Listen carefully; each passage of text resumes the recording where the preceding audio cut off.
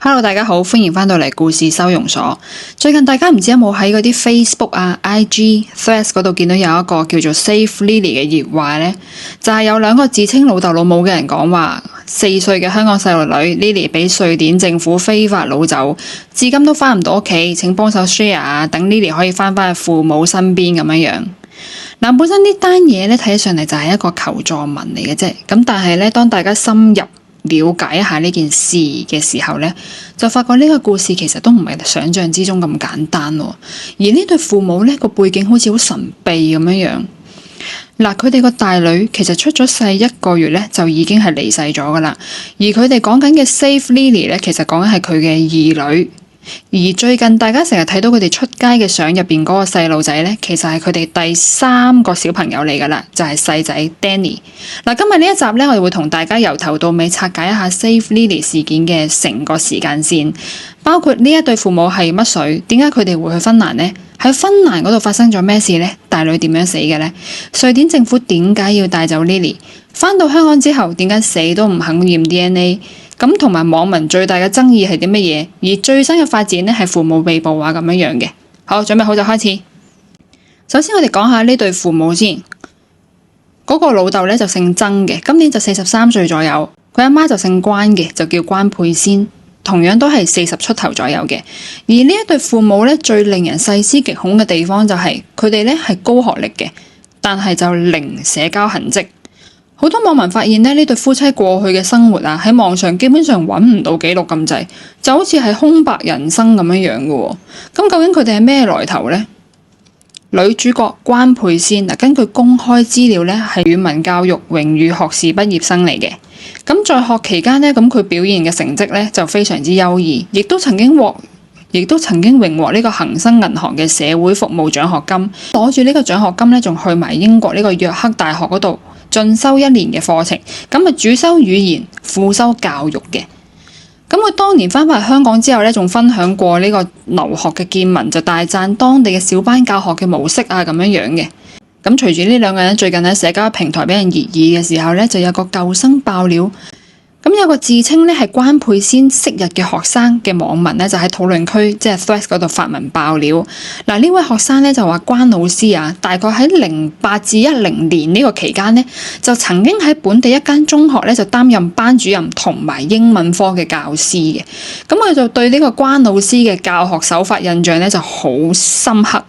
好記得嗰陣時咧，佢間中會俾佢哋睇下啲 YouTube 片學下英文啊咁，有陣時咧就俾一啲比較別啲嘅內容啊，例如迪士尼點樣透過動畫之間傳遞呢個 sex 嘅呢個訊息。咁學生補充咧就係話，當年咧雖然年紀唔係話好細個啊，但係喺學校睇到呢啲內容其實都震驚噶喎，青少年睇到都嚇親噶嘛。所以咧好記得呢一個怪異行徑嘅老師，留低咗好深刻嘅印象。嗱，今日講到點解佢哋要去芬蘭呢？就2016年左右。個老豆曾生咧就前往芬蘭，最初嘅原因咧係申請到當地嘅學校，就前往呢個芬蘭咧就留學深造。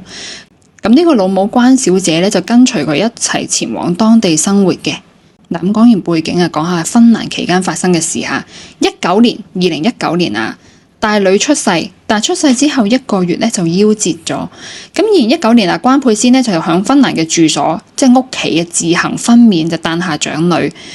但係咧，呢個女嬰出世只係得1個月就夭折，咁死因咧就係心臟病同埋腦膜炎。嗱，咁1個月大嘅 BB 就因為呢啲病痛死咗，其實都真係好可惜啊，好可憐啊。咁芬蘭嘅政府調查之後咧，就控告佢哋疏忽照顧同埋過失殺人。咁後尾呢單案咧就獲准撤控嘅。咁點解會撤控咧？其實報道都冇太詳細嘅交代嘅，但係佢哋之後都俾芬蘭嘅政府通緝。咁關鍵嘅問題係，呢個 BB 仔點解會死嘅呢？呢度有一個好重要嘅問題，就係呢對父母啊，當時有冇帶個細路女去睇醫生呢？因為咧佢哋成日都講噶，佢哋因為宗教信仰嘅關係，咁就拒絕接受任何打針啊等即係侵入性嘅治療嘅，認為疫苗有副作用，咁西藥咧亦都有機會殘留體內嘅。咁如果1個月大嘅 BB 即係出現一啲病痛啊，咁各方面，咁呢對父母會唔會係因為宗教嘅原因而拒絕帶佢哋去醫院治療呢？呢個亦都係好多網民呢即係提出嘅質疑嚟嘅。嗱，咁啊去到細女啊 Lily 啦，同樣都係喺芬蘭嘅住所喺屋企自行分娩出世嘅。咁同家姐一樣嘅，一直都冇為阿 Lily 辦理呢個出世登記。咁換句話講咧，阿 Lily 由出世去到2歲，都係一個無證兒童，冇身份、冇疫苗、冇醫療記錄。咁因為咧佢哋俾芬蘭政府通緝嘅關係咧，呢一對父母咧就帶住阿 Lily 就偷渡到去瑞典。嗱，咁佢哋咧喺瑞典過住一啲漂泊嘅生活啊，就冇合法居留嘅身份嘅，甚至係住喺架貨車入邊嘅啫。時間去到2023年嘅年底，瑞典警方喺佢哋暫時居住嘅貨車上面咧就發現咗大量嘅現金同就涉嫌呢個洗黑錢，就將佢哋拘捕。咁雖然最終咧就冇起訴，但係呢一次嘅拘捕咧觸發咗一個好關鍵嘅問題，瑞典嘅社福局介入，咁啊將當時大概2歲嘅 Lily 就強制帶走。瑞典當局嘅報告指出啊 ，Lily 俾人接管嗰陣時，個身咧就淨係着住一件好單薄嘅睡衣，全身都好污糟嘅，仲有嚴重嘅濕疹，牙齒嚴重受損。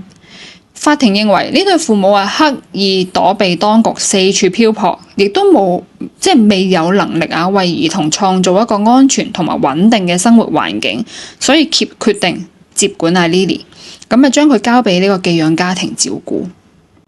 嗱，呢對父母都係提出反駁嘅喎，咁面對呢個瑞典當局嘅指控啊，呢對父母咧就喺呢個 Save Lily 嘅專頁度反駁嘅，話對方誇大咗阿 Lily 嘅身體狀況。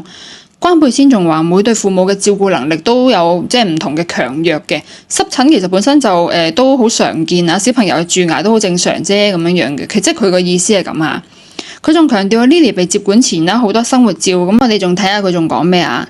就係佢話瑞典當局話佢哋唔合作啊，唔交代阿 Lily 嘅生活情況，仲要斷絕阿 Lily 同個社會嘅，聯繫。但係法庭咧從來都唔討論佢哋呈交咗200幾張生活相啊，去圖書館啦，去博物館啊，參加社區活動等等。咁睇啲網民嘅反駁，阿 Lily 點解爛牙同濕疹嘅？呢啲係叫適當照顧？咩宗教唔交得 DNA 啊？啲網民又話，你活喺自己嘅世界入邊太過自私啦，想拎當地嘅居留啊，拎政府嘅資助啊、屋啊、錢咁樣，但係完全冇諗過小朋友，同埋你哋翻到香港嘅做法都冇變過，仲要翻到嚟又識得去揾議員幫手又成，咁證明你哋係真係其實係有目的去做呢件事，想攞下政府嘅資助啊，咁兩個都唔想翻工，想拎政府錢又想拎政府樓啊吓。另外仲有個網民話，無意冒犯嘅，但係真心想請教下你，生阿 Danny 嘅時候個臍帶係點剪噶？跟住連住你嗰條臍帶你係點樣塞翻入去噶？咁樣樣可唔可以影下 Danny 嘅臍帶嚟睇下咁？所以啲網民咧都好認真咁樣分析佢嘅行為啊，遞下佢啊咁樣樣嘅。跟住都有人講就係話200張生活相都唔反映到你對 Lily 嘅監管係冇問題嘅喎，圖書館、博物館參加社會活動都推翻唔到 Lily 營養不良、牙齒潰爛、寒冬中淨係着住一件污糟嘅睡衣等等嘅事實。咁瑞典嘅法庭咧最終咧就維持咗呢一個嘅監護令咧，就禁止呢對父母咧係接觸阿 Lily 嘅。咁離開瑞典之後啦，呢對父母咧就都去過英國等地生活嘅，最終咧就2026年咧就翻嚟香港，亦即係大家而家最近討論嘅呢件事嘅核心啦。嗱，咁佢哋目前咧就暫居呢個深水埗嘅。咁翻到嚟香港冇耐啦，關佩仙咧再一次咧喺深水埗嘅住所咧就自行喺屋企分娩，就誕下第3胎男嬰 Danny 咧據報而家咧就係2個月大。咁入境處咧就要求驗 DNA， 父母咧就拒絕嘅。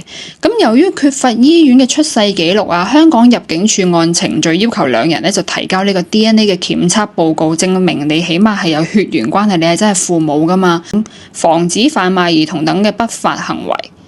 但係呢對父母啊，以宗教信仰同埋個人嘅私隱為理由咧，就堅決拒絕配合嘅。咁結果就係啦。Danny 咧無法領取到香港嘅出世紙，咁啊超出法例42日內登記嘅，變相成為咗呢個無證客戶。咁呢一個亦都直接影響到 Danny 日後如果求醫啊、打針啊、入學咁呢啲嘅基本權益嘅。因為在家分娩，所以咧就要證明你哋嗰個血緣嘅關係。咁我想問喺醫院度生係咪醫生或者係入境處就已經係自動確立到嗰個？嗱，喺片度大家都見到啦，呢一對父母咧，其實佢對於呢個驗 DNA 咧，其實啲邏輯都好有問題喎。喺醫院度 check 嘅話，其實喺醫院度出世嘅話，其實已經睇住佢出世嘅，仲使咩驗咧？但係而家個問題就係想驗你啊嘛。最新嘅講法咧，呢個曾生咧亦都認為入境處咧其實應該要整一張行街紙俾阿 Danny 嘅，證明咧其實咧佢哋咧正在為 Danny 咧就辦理呢個出世嘅登記手續。咁等學校啊、診所啊、醫生啊，其實都可以酌情處理佢呢個特別情況添嘅。嗱，截止去到2號錄音呢一刻啦，警方咧今日咧就以涉嫌疏忽照顧兒童罪咧，就喺長沙灣區咧就拘捕咗 Danny 嘅父母。咁 Danny 而家就送去咗明愛醫院嗰度檢查嘅。咁社署咧都派員了解被捕嘅呢一對男女咧，啱啱扣留咗喺長沙灣警署同埋紅磡警署。咁呢件事咧，其實網民嘅反應咧，其實都一面倒鬧爆嘅，就係連出世紙都唔肯攞，咁究竟保護小朋友定係害咗個小朋友啊？你又或者有啲人其實會問呢個小朋友係咪真係呢兩公婆生嘅咧？同埋呢兩公婆幾時生嘅？連一張大肚嘅相都冇，其實真係好難證明喎。咁亦都絕大部分嘅人咧都評論佢哋係好自私，冇資格成為人父母。好，呢件事講到呢度，下次見。